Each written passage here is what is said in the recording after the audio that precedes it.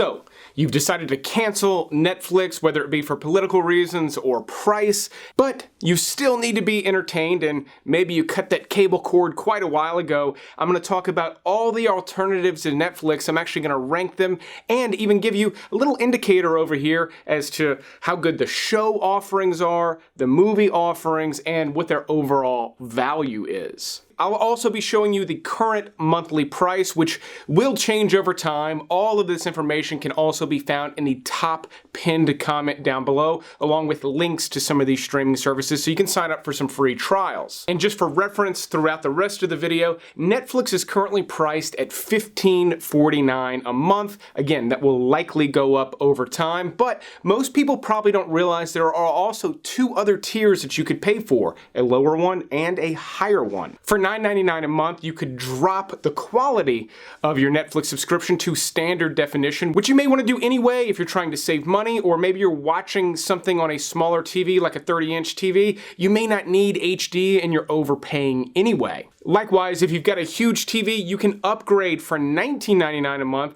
You can have Ultra HD. That upgraded plan also lets you download things on more devices, so if you've got kids and you have trouble downloading things on Netflix, the extra few bucks a month could go a long way there. But this video is not about Netflix, it's about other streaming services, so let's jump into it, starting off with Disney Plus, which I'm actually not including in my recommendations, because if you have kids, Disney Plus is practically a must-have, or if you don't have kids and you just enjoy rewatching Star Wars and or Marvel content over and over, Disney Plus is gonna be a must for you as well, and it still is at that introductory price. So while it's a no-brainer for a lot of people, it's not quite a replacement for Netflix. But now with Netflix and Disney out of the way, I want to talk about Apple TV Plus, because I feel like it's one of the more overlooked platforms, but it also has one of the lowest prices. At just $5 a month, Apple TV Plus has trust me, some of the best original programming currently available across any streaming service,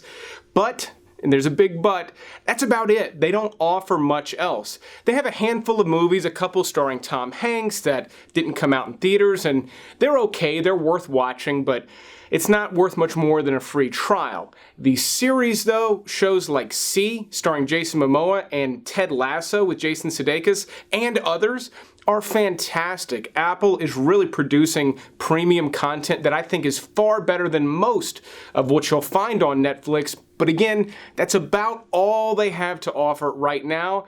However, at $5 a month, it is almost a no-brainer if you're the least bit interested in those shows. At the very least, Apple TV Plus is worth a free trial, which you can get when you buy an Apple device. At least that's the case for now. It probably won't be the case forever, especially once they have more to offer on their platform. But again, at just $5 a month, their original series are, again, some of the best out there right now. My next pick on this list is pretty niche, but it is a must-have for horror fans. It is AMC's Shudder. That's right, AMC owns the Shudder streaming service, and while there are a few horror-centric streaming services out there, Shudder is far and away the best. This is a must-have if you're a horror movie nut. Now, Shudder does not have the best horror movies. They have the best selection, not the best horror movies. The best ones, like of all time, tend to be scattered out among all the other streaming services. Shudder has some really deep cuts though. Shudder does have some original movies and original shows. They tend to be lower budget, but there are some gems in there. Revenge is one that I really enjoyed in particular,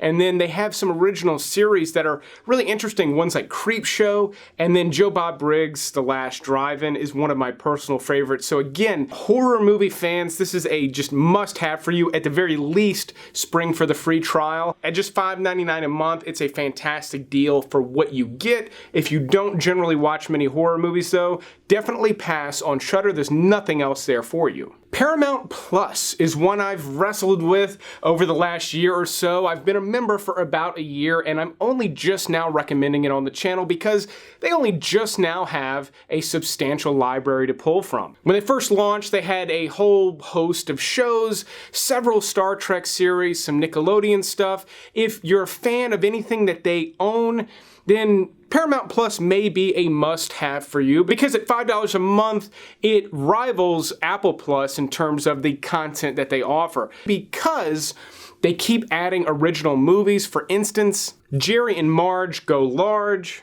is a new release Paramount Plus original, meaning it's the only place you can watch it, and it stars Bryan Cranston and Annette Bening as these lotto ticket winners. It's a cool flick, but then they've also got a new Beavis and Butthead movie, and as far as new release movies go, they already have Sonic 2, which I highly recommend. It's a fantastic family adventure movie. They've got The Lost City, which is also a fun watch, and they've got Guy Ritchie's Wrath of Man, just to name a few. There's a lot more available there, including some new release movies like Paw Patrol and Clifford, which, by the way, were released on Paramount Plus the same day they hit theaters. Again, Paramount Plus only cost $5 a month. It's far from my favorite streaming service, but at that low rate, they do have quite a bit to offer, especially for people with kids. Personally, I consider Hulu to be highly underrated, but it doesn't quite rival Netflix in terms of its selection. Unlike most services, Hulu offers two different plans, one for $6.99 that will have ads in the movies and the shows, and then one for $12.99 which features zero ads. I will say though, if you don't mind short commercial breaks, the $7 a month plan is fantastic. You get everything included with Hulu, and the movies generally only have ads at the beginning, meaning the movies are not interrupted with ad breaks. And while they don't have a vast selection of movies, they always have some gems that are well worth watching here on the channel. I tend to recommend 10 to 20 Hulu movies almost every month. I never find as many as I do on some of the other major streaming platforms, but there's always good stuff to watch, including fantastic original movies. I personally enjoyed Prey, the Predator 5 movie that just got released, but also Boss Level was an excellent action movie that's only available on Hulu. Shows that are on networks like FX air on Hulu the day after they air on cable. They don't have a ton of networks that do that, but they've got some great ones, again, like FX, that have amazing shows like The Old Man, It's Always Sunny in Philadelphia, and then Hulu itself has fantastic original shows. The Pam and Tommy miniseries that came out last year was an incredible production, a movie-level production. Again, a lot better than most of what Netflix puts out. And I also am a personal fan of the show Shoresy. Shoresy, Goody, JJ, Dolo, and Hitch. And it's kind of funny with Hitch because his full name's Ted Hitchcock, but if you say it real fast, it sounds like 10-inch. Been called worse, spies.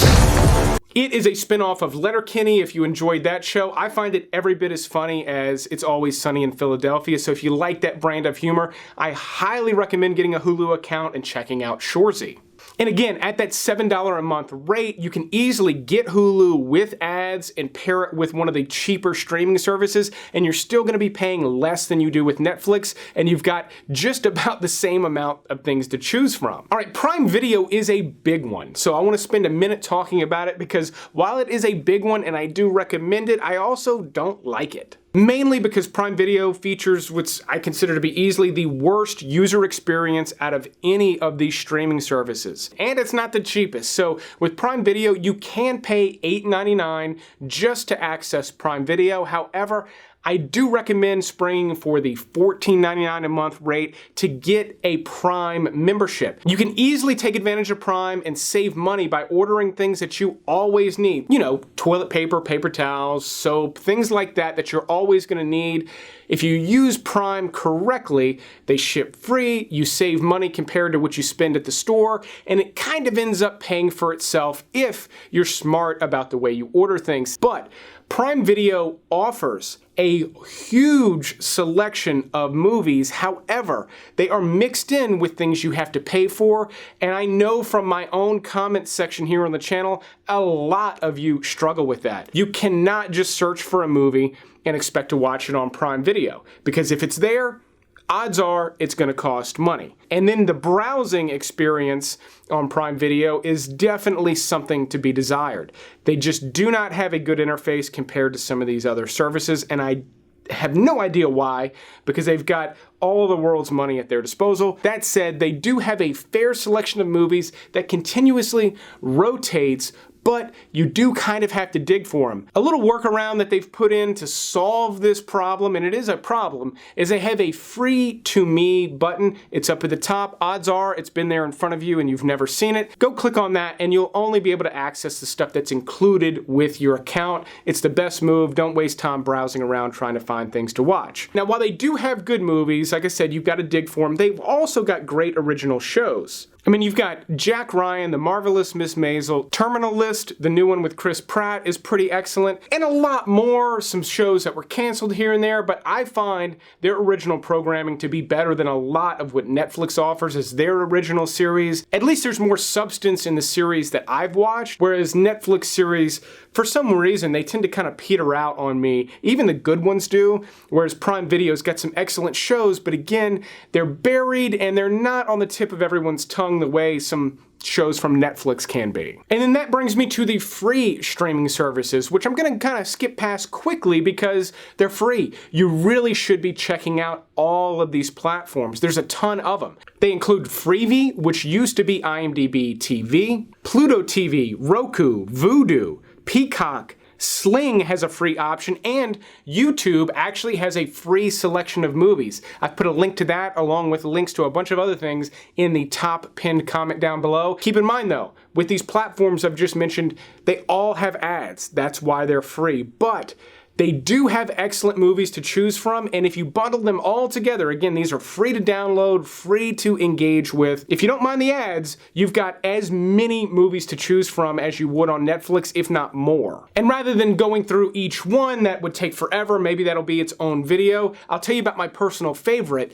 Tubi. Now, the Tubi app, again, is going to be already included on whatever device you stream movies, or at least you can download it there for free, and you can start watching movies on Tubi without even creating an account. In fact, the only reason to create a Tubi account is so that you can save a watch list, which you probably want to do because the problem with Tubi is they go for quantity over quality. However, whoever picks out the movies at Tubi does an incredible job because they've got so many hidden gems that I don't find hardly anywhere else to stream, and they're fantastic, and more importantly, the ad breaks are pretty far apart and they're very short as well. That said, Tubi's got amazing movies to choose from, as well as some of the other ones. Download them wherever you stream movies, browse them regularly, build up watch lists, and you will never run out of good movies to watch. Okay, before getting to my top pick on this list, the one that I think will replace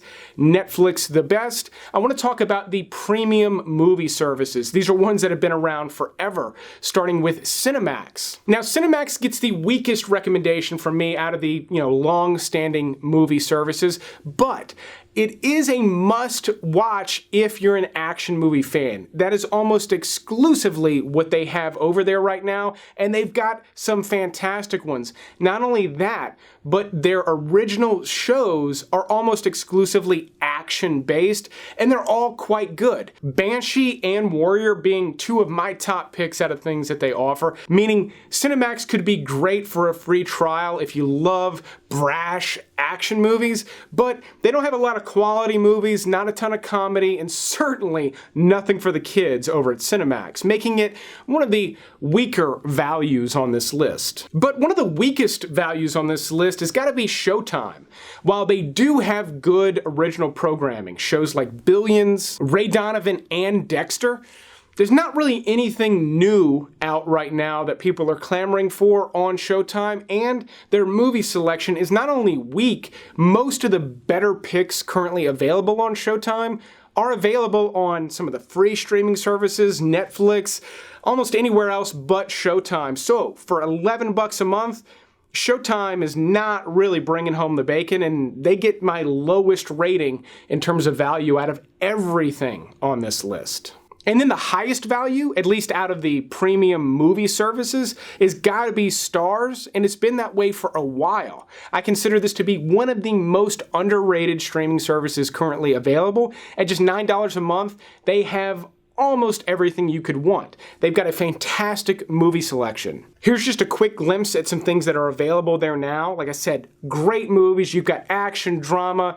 recent releases including Spider-Man No Way Home. And then their original programming includes Outlander, Power, which is not only the most popular show on that network, they've got multiple spin-offs that are currently airing as well. And Starz usually has one of the best selections for family movies. So if you don't have Disney Plus or if you've canceled Netflix, Starz is going to be a great replacement because they've always got a good rotation of 10 to 20 family-friendly movies that are great to watch. I have noticed over the years, every now and then, the family movies disappear for a month or two and then they bring some back. Generally though, Starz is where you'll find the best selection of movies from practically every genre, including family-friendly ones. So you'll notice I left out HBO, and that's because HBO Max is basically now replaced HBO, or at least it's about to. At $14.99 a month, HBO Max is only 50 cents less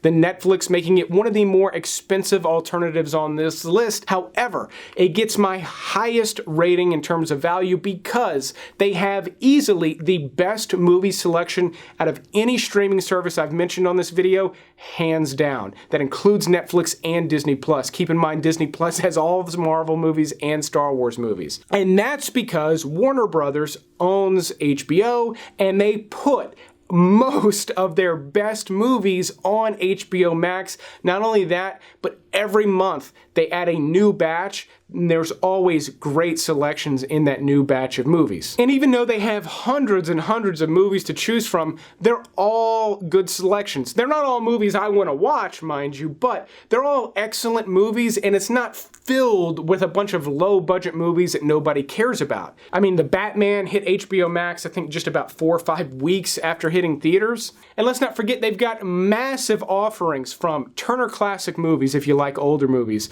Cartoon Network if you've got kids, Sesame Street has a hub on there if you've got really young kids. They've also got all the DC content on there, which isn't as much or as good as a lot of the Marvel stuff, but it's there. They've also got access to a bunch of Looney Tunes content and Studio Ghibli movies, which are all fantastic. And let's not forget, it's HBO. They have some of the best shows created over the last several decades. The Sopranos, The Wire, Game of Thrones, all that stuff is included, and they're going to have more shows like that in the future. Even if the new Game of Thrones spinoff isn't a hit, you can be guaranteed HBO is gonna have more hit series going forward, and I'll say, they have one of the best user experiences as well. It's very easy to browse, narrow things down by category. You can't even really do that on Netflix. I mean, you can on the desktop version, but not on any of the devices I stream movies on. I can't just go to the action section on Netflix. I can do that on HBO, and it's very helpful. Not only that, they have a just added section, which Netflix kind of has, but not really.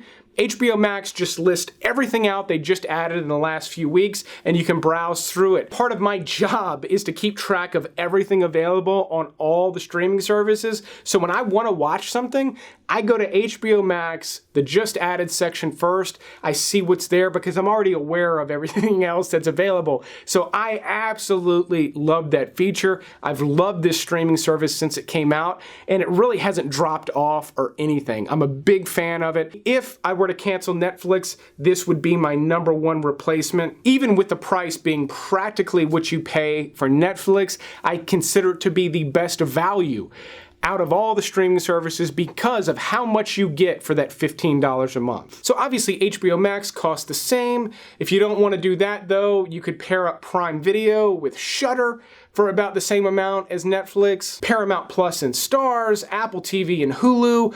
All those would make great pairings and cost about as much as Netflix. Another great way to go about this on a budget is just to sign up for one of these services, use it for a month, 2, maybe 3, cancel it, and then get another one, run that one out. If you haven't been able to tell by now, none of these networks sponsor this channel, which is why I'm able to recommend them the way that I do. So these have all been genuine recommendations. I hope you got some great value out of this video. If you did, definitely click the thumbs up button. It's the easiest thing to do, but leave me a comment too. I do read them. And if you're new here, definitely consider clicking that subscribe button and the little bell icon. That way you get notified when new videos release. Most of my content on this channel is recommending the best movies to watch from these streaming services, but I will keep making these videos as long as you keep watching them. Thanks for checking out this special episode, and you will see me on the next one.